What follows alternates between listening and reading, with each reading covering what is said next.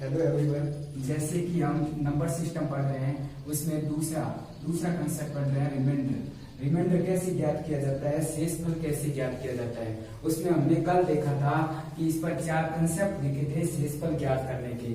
आज हम इस पर कुछ 5 एडिशन करेंगे जो पिछले वर्ष किसी ना किसी एग्जाम में पूछे गए हैं। अब देखो, जैसे बोला गया है 8 की पावर 2k प्लस 5 की पावर 2k का एक गुणनखंड है अगर k यहाँ एक विषम संख्या है। अगर k यहाँ एक विषम संख्या है तो हमें बताना है कि ये संख्या किससे विभाजित होगी। तो आप क्या करोगे, सबसे पहले इसको आप ऐसे भी लिख सकते हो 8 की पावर 2 इसकी होल पावर k प्लस 5 की पावर 2 और इसकी होल पावर k, क्योंकि हम जानते हैं कि अगर 1 की पावर m और उसकी होल पावर n हो या a की पावर n और उसकी होल पावर m हो तो ये तीनों आपस में बराबर होती है a की पावर m गुणा n। उस सूत्र से हमने ये लिख लिया कि इसका मान ये होगा। अब 8 की पावर 2 होता है 64 और 5 का स्क्वायर होता है 25। अब देखो, इसमें कल वाला कौन सा कंसेप्ट लग रहा है, a की पावर n प्लस b की पावर n। अगर यहाँ k एक विषम संख्या है तो यहाँ भी n एक विषम संख्या है। अगर n एक विषम संख्या है तो ये किससे विभाजित होगी, ये हमेशा a प्लस b से पूरी विभाजित होगी। इस कारण ये संख्या 64 प्लस 25 से विभाजित होगी। अगर 64 प्लस 25 से विभाजित होगी तो ये संख्या आपकी 89 से विभाजित होगी। आपको ऑप्शन के अंदर 89 मिलेगा और इसको आपको सिलेक्ट कर देना है कि अगर कोई संख्या किससे विभाजित होती है, ये लगा इसमें कंसेप्ट उन 4 में से। अब देखो, ये एक संख्या और है, जैसे 127 की पावर 97 प्लस 97 की पावर 97। अब बताओ, ये संख्या अगर 32 से विभाजित किया जाए तो शेषफल कितना बचेगा। अब देखो, इसमें कौन सा कंसेप्ट लग रहा है, a की पावर n प्लस b की पावर n। अगर n एक विषम संख्या है तो ये हमेशा a प्लस b से विभाजित होगा। अगर n एक विषम संख्या है तो ये हमेशा a प्लस b से विभाजित होगा। अगर a प्लस b से पूरा विभाजित होगा तो शेषफल 0 आएगा।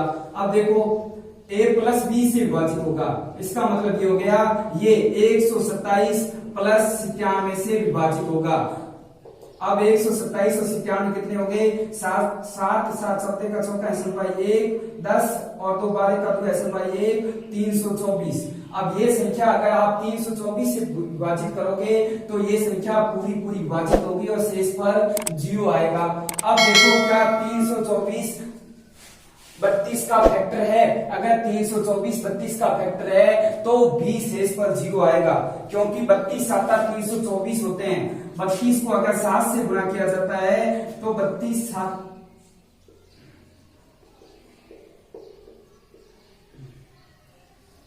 नहीं, ये 7 7 14 का चौका ऐसा पाई 1 10 और 2 12 का 2 ऐसा पाई 224, क्योंकि 224 32 को 7 से गुणा किया जाता है तब 224 आते हैं। अगर ये संख्या 224 से विभाजित है तो ये संख्या 32 से भी विभाजित होगी और ये संख्या 7 से भी विभाजित होगी। अगर पूरी विभाजित होगी तो इसका शेषफल 0 आएगा, 0 शेषफल आएगा, क्योंकि ये संख्या 32 से पूरी विभाजित है। कल की सौर समीकरण से हमने देख लिया कि ये संख्या पूरी 32 से विभाजित है। अगर कोई संख्या 32 से पूरी विभाजित है तो इसका शेषफल 0 आएगा। अब देखो, इसमें कौन सा लग रहा है, a की पावर n माइनस b की पावर n। अगर n एक विषम संख्या है, अगर n एक विषम संख्या है तो ये किससे विभाजित होगा, ये हमेशा a माइनस b से विभाजित होगा। अगर a माइनस b से विभाजित होगा तो शेषफल 0 आएगा। कल हमने देखा था कि अगर a की पावर n माइनस b की पावर n अगर n एक विषम संख्या हो तो ये हमेशा a माइनस b से पूरा पूरा विभाजित होता है। इसका मतलब ये विभाजित होगा 27 माइनस 15 से, और 27 में से 15 घटाएंगे तो आएगा 12, क्योंकि 12 6 एक 12 का ही फैक्टर है।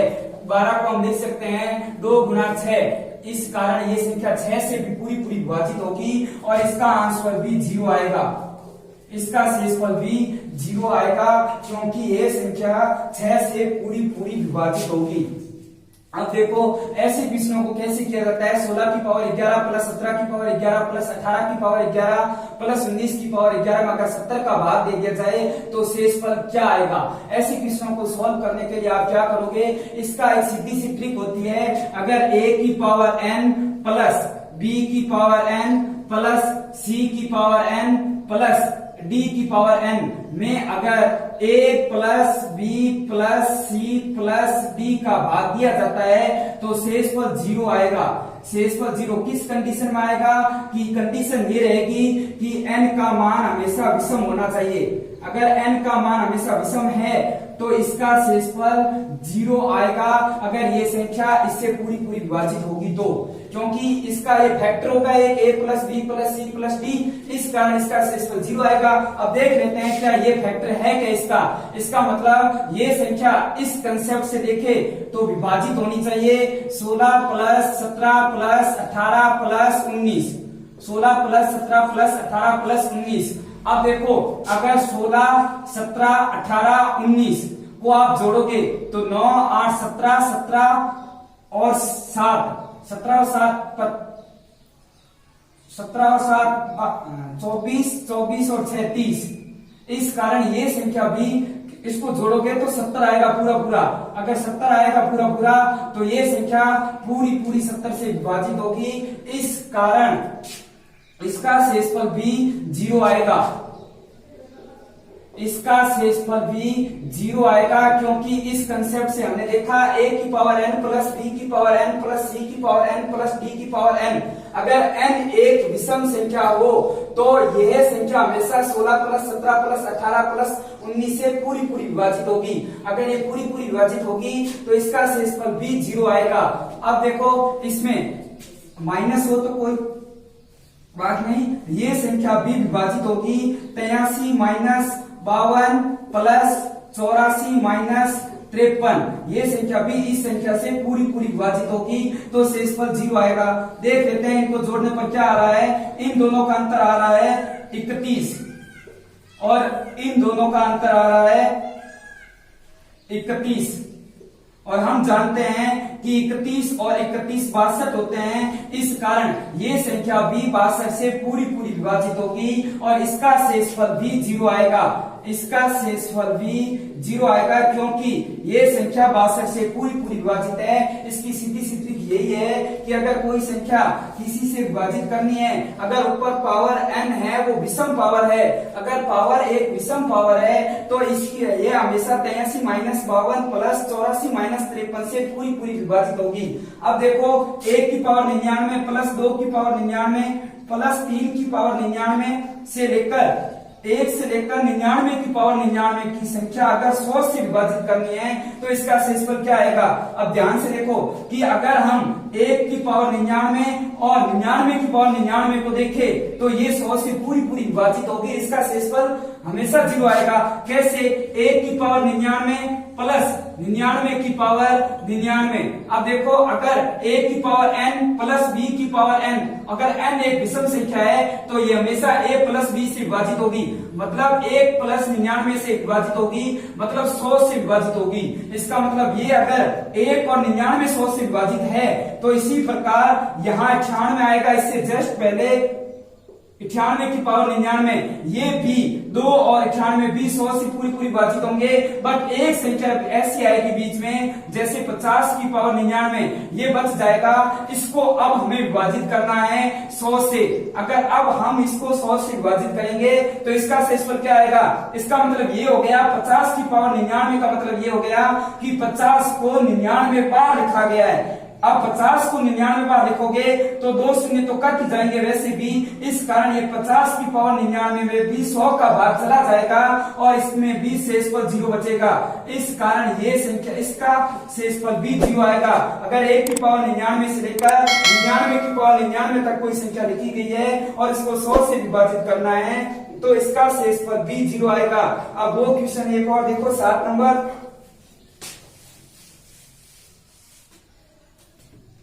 देखो 1 की पावर 7 प्लस 2 की पावर 7 प्लस 3 की पावर 7 ऐसे ऐसे करके 100 की पावर 7 तक अगर इसमें 202 का भाग दिया जाए तो ये किससे विभाजित, इसका शेषफल कितना आएगा। अब देखो अगर पहले इन दो को देखे तो 1 की पावर 7 प्लस 100 की पावर 7, अगर 1 की पावर n प्लस b की पावर n और n एक विषम संख्या हो तो ये हमेशा a प्लस b से विभाजित होती है। इस कारण ये संख्या 1 प्लस 100 से विभाजित होगी, मतलब 102 से विभाजित होगी और 202 का ही फैक्टर 102 होता है, क्योंकि हम जानते हैं कि अगर ये संख्या 101 से विभाजित होगी, अगर हम इसको 2 से गुणा करेंगे तो इसका आ जाएगा 202। इस कारण अगर 101 से विभाजित है तो ये संख्या 202 से भी विभाजित होगी और इसका शेषफल 0 आएगा। अब देखो इसी प्रकार इससे जस्ट पहले आएगा 99 की पावर 7, अगर इसको और इसको देखे जैसे 2 की पावर 7 प्लस 99 की पावर 7, इसमें भी देखो आप कि a की पावर n प्लस b की पावर n, अगर n एक विषम संख्या है तो ये हमेशा 2 प्लस 99 से पूरी विभाजित होगी। इसका मतलब ये हो गया ये संख्या 101 से विभाजित होगी।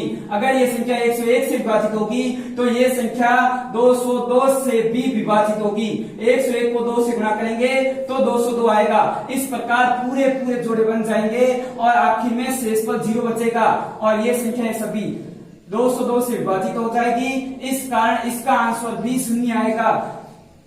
अब हमने देख लिया कि पिछले वर्ष इस पर कैसे क्वेश्चन पूछे गए हैं कि रिमाइंडर निकालने पर 4 कंसेप्ट पर a की पावर n प्लस b की पावर n, अगर n विषम हो n सम हो, a की पावर n माइनस b की पावर n में अगर n एक सम हो और n एक विषम हो तो ये संख्या हमेशा किससे विभाजित होती है। इस पर हमने कंसेप्ट देख लिए। अब नंबर सिस्टम का कल हम तीसरा कंसेप्ट पढ़ेंगे जिसमें रिमाइंडर थ्योरम होगी, जिसमें ओनली फॉर रिमाइंडर थ्योरम में पॉजिटिव रिमाइंडर थ्योरम की बात होगी।